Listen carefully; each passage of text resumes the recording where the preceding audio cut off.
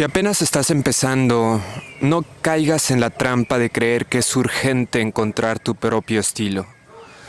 La mayoría de los artistas que están empezando creen eso, pero yo te digo, si apenas estás empezando, lo más importante es enamorarte de esa fuerza misteriosa que llamamos arte. Ese arte con mayúscula, ese arte que te lleva a la incandescencia, que te lleva a un estado en el cual tú te sientes realmente vivo. No sé si esto sea una convicción personal, pero yo creo que el arte, al igual que el amor, entra por los ojos.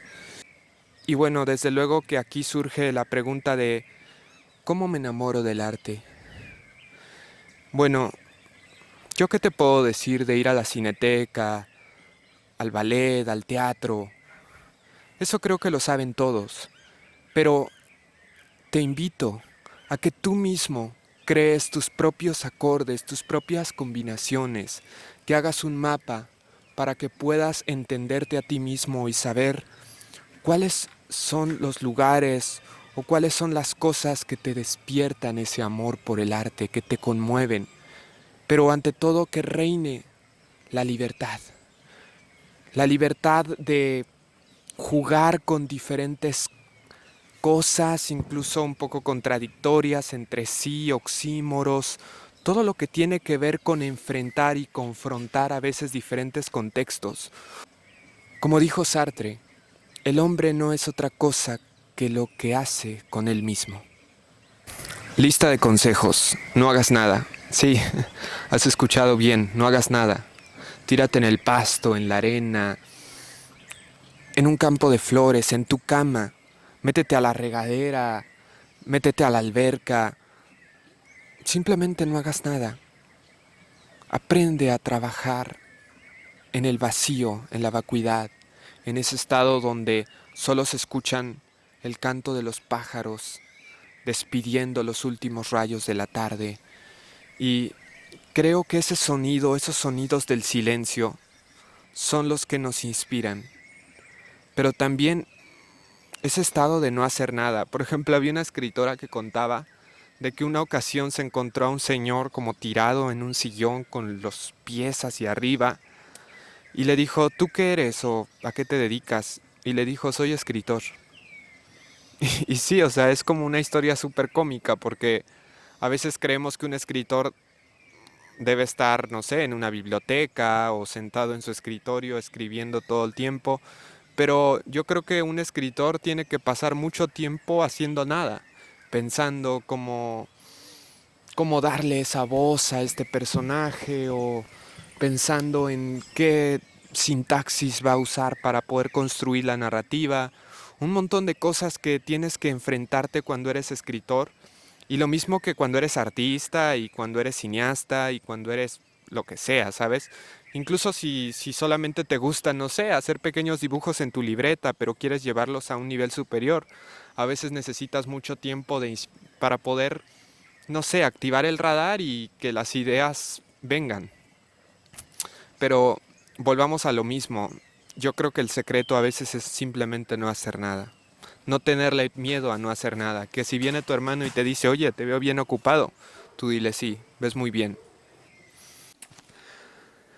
Y hablando un poco de las posibilidades infinitas que a veces son perjudiciales y que a veces nos paralizan, pues, ¿qué te puedo decir? Hay un montón de cosas que en lugar a veces de ayudarnos, nos bloquean.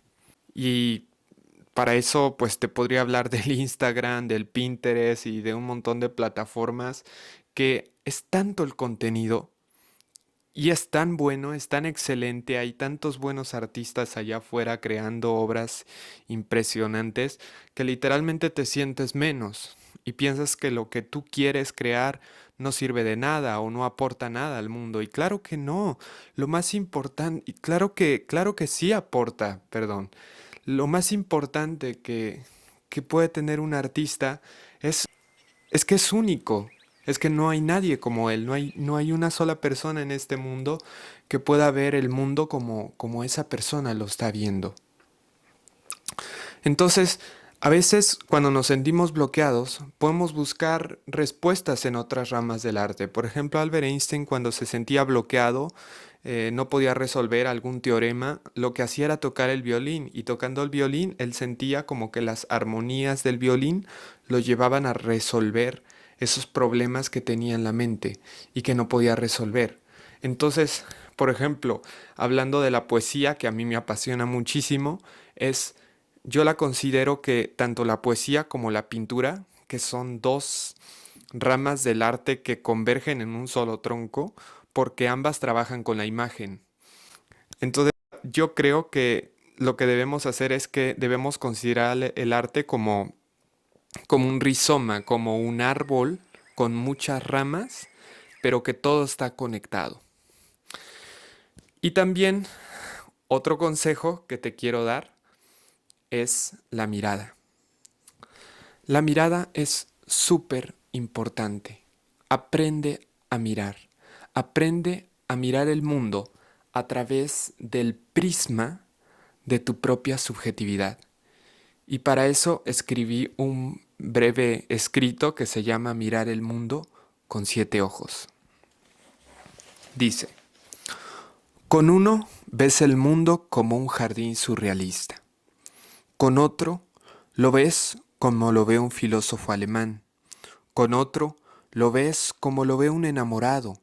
Con otro lo ves como un prisionero en cadena perpetua. Con otro lo ves como un niño de 5 años. Con otro lo ves como una mujer o un hombre. Con otro lo ves como lo ven los 7 ojos que miran el mundo como por primera vez. Una de las cosas que más me interesa del arte es precisamente la mirada, porque creo que el arte lo que genera es diferentes perspectivas de la realidad, diferentes dimensiones o incluso profundidades. Por ejemplo, una persona puede ir al museo y puede ver una obra de Duchamp y pasa de largo, pero otra puede ver esa llanta de bicicleta sobre un banco y le puede parecer un objeto poético y puede quedarse ahí largo tiempo observando ese objeto. Entonces, pues todo está en la mirada. Claro, ahora el problema del arte moderno es que tú vas al MoMA o al Museo de Arte Moderno ahí en Chapultepec y las obras exigen miradas muy profundas, miradas con contextos intelectuales muy arraigados. Claro, eso como que cierra la pinza y solo deja entrar a unos cuantos, como si los artistas estuvieran creando objetos o obras de arte para otros artistas. Pero todo está en la mirada. Al fin y al cabo, la mirada es algo que también se transforma. Tú no ves el mundo como lo veías cuando eras niño o cuando lo veías cuando tenías 15 años. Tu mirada va cambiando. Y eso es lo increíble, que la mirada puede cambiar, que la mirada se puede transformar, que la mirada se puede entrenar.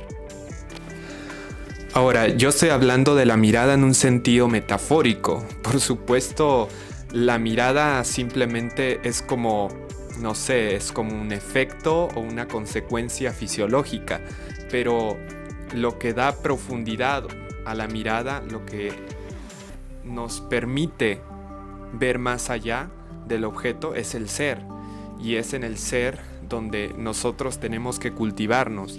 Allí es donde está el gran bagaje de todo lo que has leído, de todo lo que has pensado. Entonces, aquí es donde volvemos al principio. Enamórate del arte, porque si tú estás enamorado del arte, pues desde luego que tu mirada puede transformarse y puede ir aumentando su profundidad. Ahora, yo considero el arte como un mundo dentro de este mundo. Un mundo al cual a veces accedemos por los clásicos portales, ¿no? Por ejemplo, ir al cine, por ejemplo, ir a un museo, a un concierto, pero también hay otras puertas. Hay otras puertas que tú mismo tienes que ir descubriendo a lo largo del camino. Entonces, de alguna manera son esas puertas íntimas que nosotros vamos descubriendo en este gran viaje hacia el corazón de algo que pues no sabemos qué es, pero que buscamos consciente o inconscientemente. Bueno, hasta aquí voy a dejar el podcast porque me podría seguir alargando, pero pues también tengo que preparar el guión y realmente pues hasta aquí llegué.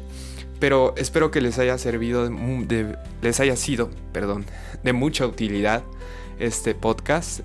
Pues no olviden suscribirse, regalarme un like y compartirlo si crees que a alguien le puede servir este contenido.